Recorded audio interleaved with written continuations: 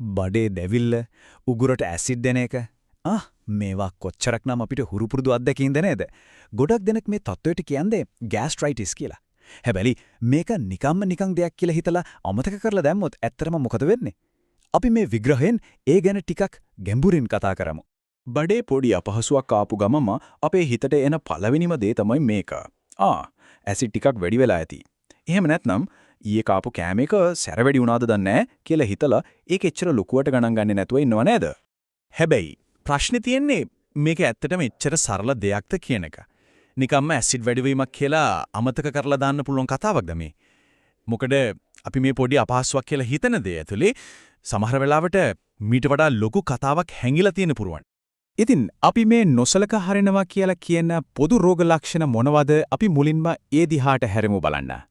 මේ ලක්ෂණ ටික දිහා බලන්නකෝ.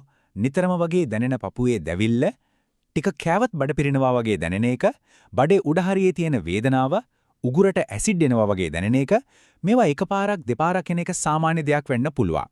හැබැයි මේ ලයිස්තුවේ තියෙන දේවල් නිතර අත්දකින්නවා නම් ඒක සාමාන්‍ය දෙයක් නෙවෙයි. හොඳට මතක තියාගන්න ඒක තමයි ශරීරය අපිට දෙන පළවෙනිම සංඥාව. හරි. රෝග ලක්ෂණ ගැන දැන් අපිට යම් අදහසක් තියෙනවා.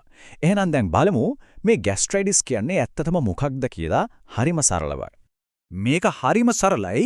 ગેස්ට්‍රයිටිස් කියන්නේ අපේ බඩේ ඇතුලේ තියෙන ආරක්ෂිත පටලෙර, ඒ කියන්නේ අස්තරය ඉදිමෙන එකට. අපි කන කෑම දිරවන්න ඇසිඩ් අනිවාර්යයෙන්ම ඕනේ. හැබැයි ඒ ඇසිඩ්ම ඕනෑවට වඩා වැඩි වුණොත්, හරි අපේ බඩේ තියෙන අර ආරක්ෂිත පවුර දුර්වල වුණොත්, අපිට උදව් කරන ඇසිඩ් එකම අපේ බඩට හානි කරන්න පටන් ගන්නවා. අන්න එතන තමයි ગેස්ට්‍රයිටිස් වල ආරම්භය තියෙන්නේ. ඉතින් කොහොමද මේ තත්ත්වය ඇති වෙන්නේ? පුදුම හිතෙන කාරණේ තමයි ගොඩාක් වෙලාවට මේකට වග කියන්න ඕනේ අපිමයි. බලමු අපේ දෛනික ජීවිතේ අපි අතින් වෙන වැරදි මොනවද කියලා. මේ පුරුදු දිහා බලන්නකෝ. වෙලාවට කන්නේ නැතුව බඩගින්නේ ඉන්න එක, සීනි නැතුව තේ කෝපි දිගටම බොන එක, කඩ කෑම තෙල්සර කෑම වලට ඇබ්බැහි වෙන එක, මේ හැම දෙයකින්ම වෙන්නේ බඩේ ඇසිඩ් ගතිය වැඩි වෙන එක. ඊට අමතරව සමහර වේදනානාශකත් බඩේ ආරක්ෂිත පටලයට හානි කරනවා. හැබැයි මේ හැම දෙයකටම වඩා අද කාලේ ගොඩක් දෙනෙක්ට තියෙන මානසික ආතතිය, ඒ කියන්නේ ස්ට්‍රෙස් එක මේ ગેස්ට්‍රයිටිස් තත්ත්වය දරුණු කරන ප්‍රධානම සාධකයක් බවට පත් වෙලා. හැබැයි අපි මේ පුරුදු දිගටම කරගෙන ගිහින් අර මුලින් කතා කරපු රෝග ලක්ෂණ නොසලකා හිටියොත් ඇත්තට මොකද වෙන්නේ? අවදානම මොකක්ද? ගොඩක් වෙලාවට අපි කරන ලේසිම දේ තමයි මේක. බඩේ දැවිල්ල යනකොටම හිතන්නේ ෆාමසියෙන් ඇසිඩ් පැත්තක් ගෙනත් බිව්වම හරියයි කියලා. හැබැයි අපි තේරුම් ගන්න ඕන දේ තමයි ඒකෙන් වෙන්නේ ප්‍රශ්නේ යට ගහන එක මිසක් ඒකට ඇත්තටම විසඳුමක් ලැබෙන එක නෙවෙයි. ඒක తాවකාලික සහනයක් විතරමයි. මොකද වෙන්නේ? අපි මූලික හේතුවට, ඒ කියන්නේ අපේ වැරදි පුරුදු වලට පිළියම් නොකර පෙතිවලින් විතරක් යපුණොත් මේ සරල ગેස්ට්‍රයිටිස් කියන තත්වය නිදංගත, ඒ කියන්නේ ක්‍රොනික් තත්වයකට හැරෙන්න පුළුවන්. එතනින් එහාට දිගින් ආමාශය තුවාල, ඒ කියන්නේ අල්සර්ස් හැදෙන්න, සමහර අවස්ථාවල අභ්‍යන්තර රුධිර වහනය වගේ ජීවිතයටත් බලපාන බරපතල තත්වයන්ට පවා මේක මඟ පාදන්න පුළුවන්. හරි. මේ දේවල් ඇහුවාම පොඩි බයක් ඇති වෙන්න පුළුවන්. ඒත් හොඳම දේ තමයි මේ తත්වය දරුණු අතට හැරෙන්න නොදී පාලනය කරගන්න අපිටම පුළුවන් වීම. අපි බලමු මේ කොහොමද කියලා. අර්ථම හොඳම ආරංචිය තමයි මේක. ગેස්ට්‍රයිටිස් පාලනය කිරීමේ බලය තියෙන්නේ වෛද්‍යවරයෙක් අතේ විතරක් නෙවෙයි, වැඩිපුරම තියෙන්නේ අපේ මතේ.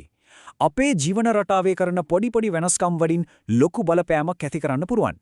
මේ තියෙන්නේ ඒ සඳහා හරිම සරල ක්‍රම කිහිපයක්. කෑම වේල් වෙලාවට ගන්න. එකපාර ගොඩක් කන්න නැතුව ටික දවසට කිහිප වතාවක් කන්න. තෙල් සැර අඩු කරන්න. හොඳට වතුර බොන්න. ස්ට්‍රෙස් එක පාලනය කරගන්න ක්‍රමයක් හොයාගන්න. විශේෂයෙන්ම රැයට නිදාගන්න කිට්ටු වෙලා බඩ පිරෙන්න කන එකෙන් වළකින්න.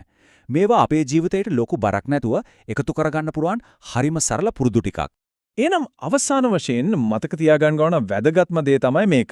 බඩේ ඇති වෙන මේ අපහසුතාව කියන්නේ නිකන් කරදරයක් නෙවෙයි.